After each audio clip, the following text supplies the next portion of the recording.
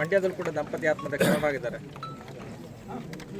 ಮಂಡ್ಯ ತಾಲೂಕಿನ ಬಿಹಟ್ನ ಗ್ರಾಮದಲ್ಲಿ ಪುಟ್ಟಸ್ವಾಮಿ ಮತ್ತು ನಾಗಮ್ಮ ದಂಪತಿಗಳು ಬಡ ಕುಟುಂಬ ಸೇರಿರ್ತಕ್ಕಂಥ ಇಬ್ಬರು ಒಂದೇ ಮರಕ್ಕೆ ಇದನ್ನು ನೇಣು ಹಾಕ್ಕೊಂಡು ಪ್ರಾಣ ಕಳ್ಕೊಂಡಿರ್ತಕ್ಕಂಥ ಒಂದು ಘಟನೆ ದುರಂತ ನಡೆದಿರುವಂಥದ್ದು. ಸುಮಾರು 5 ಎಕರೆ ಜಮೀನಿದ್ರೂ ಕೂಡ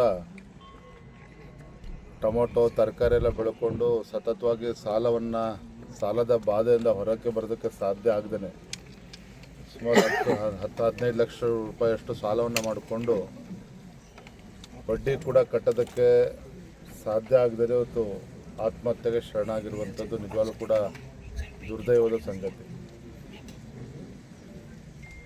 ಪ್ರಪ್ರಥಮವಾಗಿ ನಾನು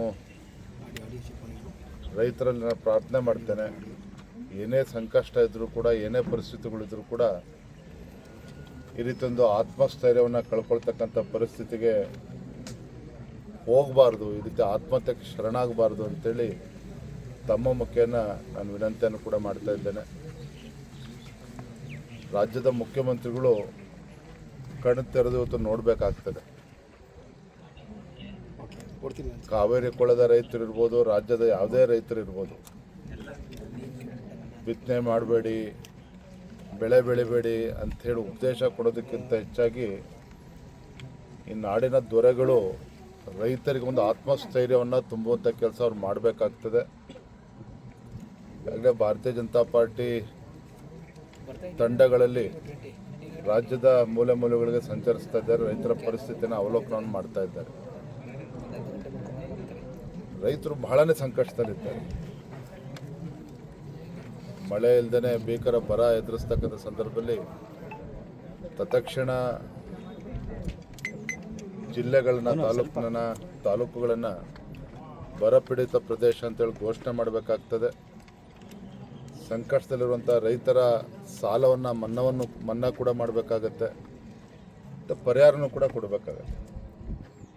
ಇಲ್ಲ ಅಂತ ಹೇಳಿದ್ರೆ ರೈತರ ಪಾಲಿಗೆ ಈ ಸರ್ಕಾರ ಬದುಕಿದ್ದು ಕೂಡ ಸತ್ತಂತಾಗ್ತದೆ. ಹಾಗಾಗಿ ಇನ್ನೂ ಕೂಡ ತಡ ಮಾಡ್ದೇ ತತ್ಕ್ಷಣ ರಾಜ್ಯ ಸರ್ಕಾರ ಎಚ್ಚೆತ್ತುಕೊಳ್ಬೇಕಾಗ್ತದೆ. ಮುಖ್ಯಮಂತ್ರಿಗಳು ಎಚ್ಚೆತ್ತುಕೊಂಡು ರೈತರಿಗೆ ಸ್ಪಂದನೆ ಮಾಡಬೇಕು, ಅವರ ಸಂಕಷ್ಟಕ್ಕೆ ಸ್ಪಂದನೆ ಮಾಡಬೇಕು ಅಂತೇಳಿ ತಮ್ಮ ಮುಖ್ಯ ನಾನು ಆಗ್ರಹಪಡಿಸ್ತಾ ಇದ್ದಾರೆ. ಸಚಿವ ಸಂಪುಟದ ಬಗ್ಗೆ ತಲೆ ಕೆಡಿಸ್ಕೊಂಡಷ್ಟು ಬರ ಪರಿಹಾರ ಘೋಷಣೆ ಬಗ್ಗೆ ತಲೆ ಕೆಡಿಸ್ಕೊಂಡಿಲ್ಲ. 4 ದಿನಗಳಾದರೂ ಡೆಲ್ಲಿ ಪ್ರವಾಸ ರಾಜ್ಯಗಳಿಗೆ ಭೇಟಿ ಕೊಡ್ತಲ್ಲ ಅಂತ ಇಲ್ಲಿ ನಾನು ಇನ್ನೇನು ಹೆಚ್ಚು ಮಾತನಾಡೋದಕ್ಕೆ ಇಚ್ಛೆ ಪಡೋದಿಲ್ಲ. ನಾನು ಮತ್ತೆ ಹೇಳುವಂಥದ್ದು, ರಾಜ್ಯದ ಮುಖ್ಯಮಂತ್ರಿಗಳು ತಮ್ಮ ಮುಖ್ಯಮಂತ್ರಿ ಕುರ್ಚಿಯನ್ನು ಉಳಿಸ್ಕೊಳ್ಳೋದಕ್ಕೆ ಎಷ್ಟು ತಲೆ ಕೆಡಿಸ್ಕೊಳ್ತಾರೋ ರೈತರ ಬಗ್ಗೆನೂ ಕೂಡ ಅಷ್ಟೇ ತಲೆ ಕೆಡಿಸ್ಕೊಳ್ತಾರೆ. ಆ ವಿನಂತಿಯನ್ನು ಮತ್ತೆ ಮಾಡ್ತಾರೆ. ಸರ್, ಈಗ ಕಾವೇರಿ ವಿಚಾರದಲ್ಲೂ ಕೂಡ ಸರ್ವಪಕ್ಷ ಸಭೆ ಕರೆದು ನಂತರ ನೀರನ್ನ ಬಿಡಬೇಕು ಬಿಡಬಾರ್ದು ಅನ್ನೋದ್ರ ಬಗ್ಗೆ ಮಾತನಾಡ್ತಾರೆ. ಸರ್ವಪಕ್ಷ ಸಭೆ ಕರೆದು ಕಪಟ ನಾಟಕ ಆಡುವಂತಹ ಪ್ರಶ್ನೆ ಮಾಡಬಾರ್ದು ಮುಖ್ಯಮಂತ್ರಿಗಳು. ಏನು ಸರ್ವಪಕ್ಷ ಸಭೆ ಕರೆದು ಚರ್ಚೆ ಮಾಡ್ತಾರೆ? ತಮಿಳುನಾಡು ಕೇಳೋ ಮುಂಚಿತವಾಗಿ 3.5 TMCನ ಜೂನಲ್ಲೇ ಬಿಟ್ಬಿಟ್ಟು ರೈತರುಗಳಿಗೆ ಕಾವೇರಿ ಕೊಳ್ಳದ ರೈತರು ನೀವು ಯಾರು ಕೂಡ ಬಿತ್ತನೆ ಮಾಡಬೇಡಿ, ಭೀಕರ ಬರ ಎದುರಿಸ್ತಾ ಇದ್ದಾರೆ, ಪ್ರಧಾನಮಂತ್ರಿಗಳು ಹೇಳಿದ್ದಾರೆ ಅಂತೇಳಿ ಕತೆ ಹೇಳ್ಬಿಟ್ಟು ಆಯಿತು, ಬರ ಇದೆ ಅಂತ ಪರಿಸ್ಥಿತಿ ಇದೆ ಅಂತೇಳಿ ಗೊತ್ತಿದ್ದು ಕೂಡ ಅದೇ ರೀತಿ ರಾಜ್ಯ ಸರ್ಕಾರದ ಏನು ತಯಾರಿದೆ ಇವತ್ತಾಗಾದರೆ? ಕೇವಲ ಬೆಂಗಳೂರಲ್ಲಿ ಕೂತ್ಕೊಂಡು AC ರೂಮಲ್ಲಿ ಕೂತ್ಕೊಂಡು ಚರ್ಚೆ ಮಾಡಿಬಿಟ್ರೆ ರೈತರ ಸಮಸ್ಯೆ ಬಗೆಹರಿಯೋಕ್ಕೆ ಸಾಧ್ಯನಾ? ಬೆಂಗಳೂರಲ್ಲಿ IAS ಆಫೀಸರ್ಸ್ಗಳ ಜೊತೆಲಿ AC ರೂಮಲ್ಲಿ ಕೂತ್ಕೊಂಡು ಅಥವಾ ವಿಡಿಯೋ ಕಾನ್ಫರೆನ್ಸ್ ಮಾಡಿಬಿಟ್ರೆ ರೈತರು ನೋಡಿ ಇವತ್ತು ಏನು ಘಟನೆ ಆಗಿದೆ. ಇವತ್ತು ಇಲ್ಲಿ ಇಬ್ಬರು ದಂಪತಿಗಳು ಆತ್ಮಹತ್ಯೆ ಮಾಡ್ಕೊಂಡಿದ್ದಾರೆ ಅಂತ ಹೇಳಿದ್ರೆ ಯಾರು ಜವಾಬ್ದಾರಿ ಆಗಾದ್ರೆ?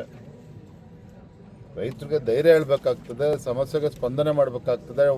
ತಿಂಗಳಲ್ಲಿ 10 ದಿನ ಡೆಲ್ಲಿಗೆ ಹೋಗಿ ಕೂತ್ಕೊಂಡ್ರೆ ರೈತರ ಸಮಸ್ಯೆನ ಯಾರು ಕೇಳಬೇಕಾಗಾದ್ರೆ? ಹಾಗಾಗಿ ಮುಖ್ಯಮಂತ್ರಿಗಳು ರಾಹುಲ್ ಗಾಂಧಿ ಮನೆಯ ಗೇಟನ್ನು ಕಾಯೋ ಬದಲಾಗಿ ಬೆಂಗಳೂರು